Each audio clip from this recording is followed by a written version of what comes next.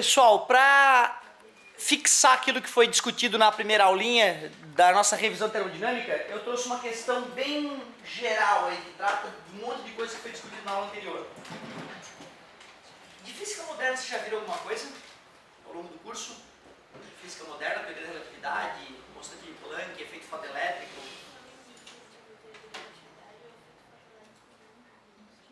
Foi com o polaco?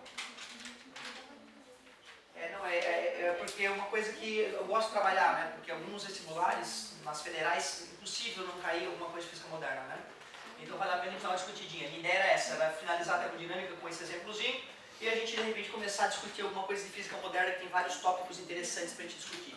Então olha só, exemplo de termodinâmica. Uma máquina térmica, uma máquina de Carnot opera entre temperaturas de 27 e 327 graus Celsius, sabendo que a cada ciclo a máquina recebe 20.000 joules, determine o rendimento. Por ser uma máquina de Carnot, calcular o rendimento é bem simples, basta saber a temperatura da fonte fria e a temperatura da fonte quente. Cuidado que é em Kelvin, meu querido, soma 273, dá 300.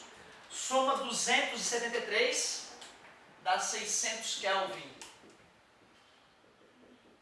Isso aí, 1 meio ou 0,5, então o rendimento é 0,5 ou, se nós preferirmos, o rendimento é de 50%. Esta máquina aproveita 50% da energia que lhe é disponibilizada. Isso, coeficiente de performance não pode, parabéns pela lembrança. Letra B, o trabalho a cada ciclo.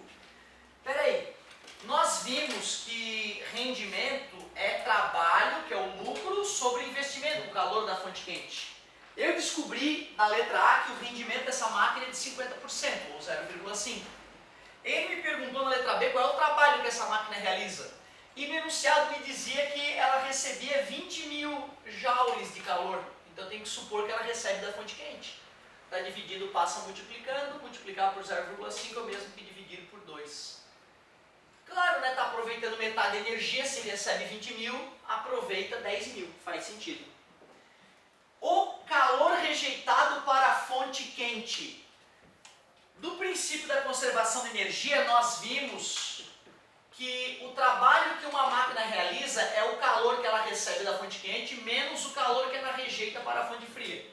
Se o trabalho foi 10.000, se eu recebi 20.000 da fonte quente, a cada ciclo eu vou ter que rejeitar para a fonte fria os 10.000 que eu não aproveitei.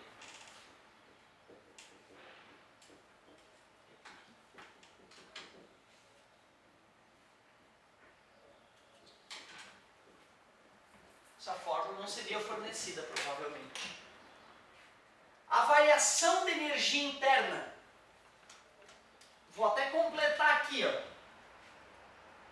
No ciclo. Tu vê, né, cara? O aluno de repente poderia tentar, eu vou usar a primeira lei da termodinâmica, que diz que o calor recebido se transforma em trabalho mais a variação de energia interna. Aí ele diria, ó, recebi 20.000, realizei 10.000, então foi 10.000 para energia interna. Só que depois que eu completei o ciclo, eu voltei ao ponto de partida. Se eu completei o ciclo, pressão, isso aí garoto, fera. Se eu completei o ciclo, não importa como é que foi o ciclo, se eu saí de um certo lugar, dei a volta ao mundo e voltei ao ponto de partida, eu posso dizer que a situação inicial é igual à situação final. Portanto, eu posso afirmar que a temperatura inicial é igual à temperatura final. E como a energia interna de um gás depende só da temperatura, se a temperatura não mudou, o U não mudou. Então o ΔU fica 0. E isso é uma pegadinha, tu tem que decorar se for preciso. A variação de energia interna em um ciclo é sempre nula. Ao longo do ciclo, o U pode variar. Mas quando eu retorno ao ponto de origem, a temperatura inicial é igual à final. E como a energia interna depende da temperatura, se a temperatura final e inicial são iguais, a energia interna inicial e final são iguais e, portanto, o ΔU é nulo. Não vem tentar usar a primeira lei de termodinâmica em transformação cíclica que vai dar errado. Nas transformações cíclicas, o ΔU é zero e pronto. Já viu o vestibular cobrando do aluno? Em uma transformação cíclica, podemos dizer que o U permanece constante o tempo todo. Mentira! O U variou ao longo do ciclo, mas do início ao fim, o U, mesmo tendo variado, ficou com o mesmo valor no início e no fim. Por isso que o ΔU é nulo. Professor, Fala, se fosse pedir a variação da energia interna em determinado momento só. Perfeito, perfeita a tua colocação. Gostei de ver meu pedido, grande pergunta. Então olha só, o cara vai lá, fornece um gráfico pressão versus volume e me diz que o gráfico sofreu uma certa transformação do ponto A para o ponto B. Vamos dizer que é no sistema internacional. Então pressão em Pascal, volume em metros cúbicos. O gás tinha um volume de meio metro cúbico, passou a ter um volume de 2,5. A pressão original era 1 atmosfera, a pressão final, desculpa, 1 pascal é pouco. A pressão original era 10 na 3 pascal e a pressão final ficou 3 vezes 10 na 3. E eu vou lá e digo, esse gás quando sofreu essa transformação, recebeu uma quantidade de calor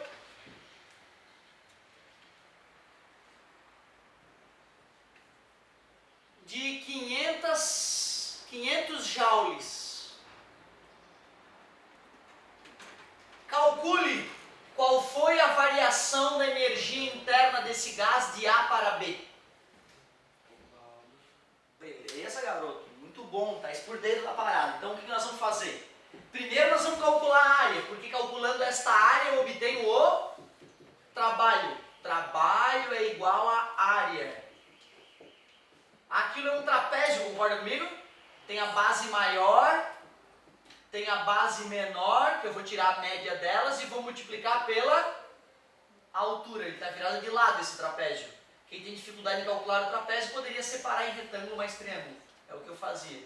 Base maior, 3 vezes 10 na 3. Base menor, 1 vezes 10 na 3.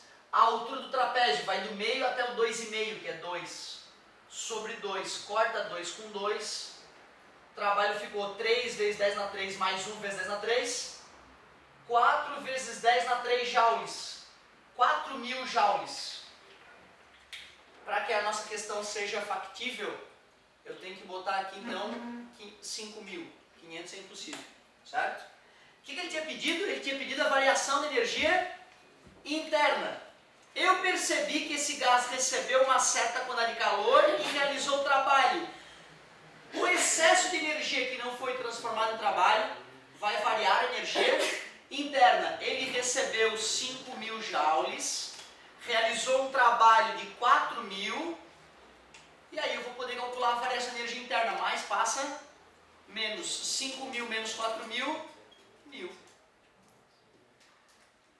Como eu tinha estudado bastante esse tipo de coisa, quando apareceu essa pegadinha pela primeira vez, eu fui de cara, usei a primeira lei termodinâmica e calculei ΔU. Aí respondi bem feliz, não bateu o gabarito. Fui bem bravo para o apoio. Professor, mas essa questão está errada. Joguei na energia na primeira lei termodinâmica, calculei ΔU e está dizendo que é zero. Ah, mas né, era uma pegadinha mesmo, é que se a transformação for cíclica, não adianta calcular. O ΔU das transformações cíclicas é sempre assim. Então ΔU igual a zero. Vou até colocar aqui então, ó, transformações cíclicas.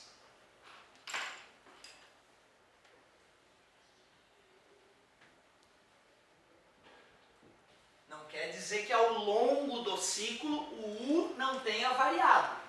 Mas para o ciclo todo, o ΔU sempre será nulo. Parabéns pela pergunta, garoto. Muito legal a tua colocação. Finalizando, letra E. O esboço do ciclo de um refrigerador de Carnot.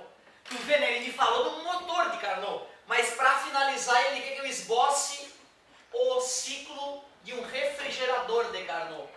A ideia continua a mesma da aula. Faz o gráfico P versus V e trace duas pontilhadas, que na matemática são hipérboles equiláteras, aqui na física são isotermas. E faz a mesma coisa de antes, faz lá que seja uma expansão isotérmica, uma expansão adiabática, uma compressão adiabática, uma compressão isotérmica, uma compressão adiabática. Quando eu fiz o ciclo de Carnot para ti, era o ciclo no sentido horário. Um refrigerador, a única diferença, meus queridos, é que as setinhas das transformações é no sentido anti-horário. É isso que é um refrigerador. E já que ele é de Carnot, ele tem que obedecer o ciclo de Carnot. Se tu quiser chamar de A, B, C e D e dar nome a essas transformações, fantástico. A B dessa vez foi uma compressão, olha como o volume diminuiu do ponto A para o ponto B.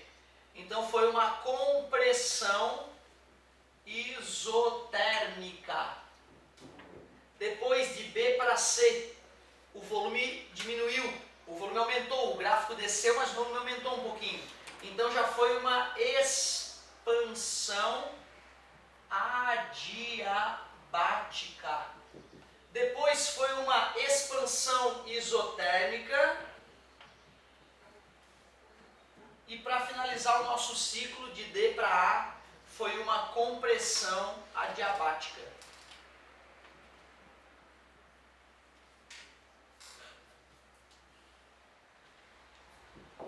Professor, deixa eu ver se eu entendi. Motores, o ciclo é sempre no sentido horário. E refrigeradores, máquinas térmicas frias são sempre no sentido de horário. Perfeito. Qual é o trabalho que essa máquina realizou? É toda esta área de dentro do ciclo. E por ser um refrigerador, o trabalho é negativo. Quer dizer que o gás está sendo comprimido. Muito mais do que expandido ao longo do ciclo. Tu vê, cara, uma matériazinha que merece exercício para fixação do que foi dito. É muita coisa, é muita coisinha que foi discutida. E eles podem cobrar de diversas maneiras essas ideias. Portanto, para a gente matar a charada mesmo, seria importante a gente fazer mais e mais exercícios. A apostila tem alguns bons exercícios para tu fazer. Me traga alguma dúvida aí nos nossos últimos encontros, que vai dar tudo certo.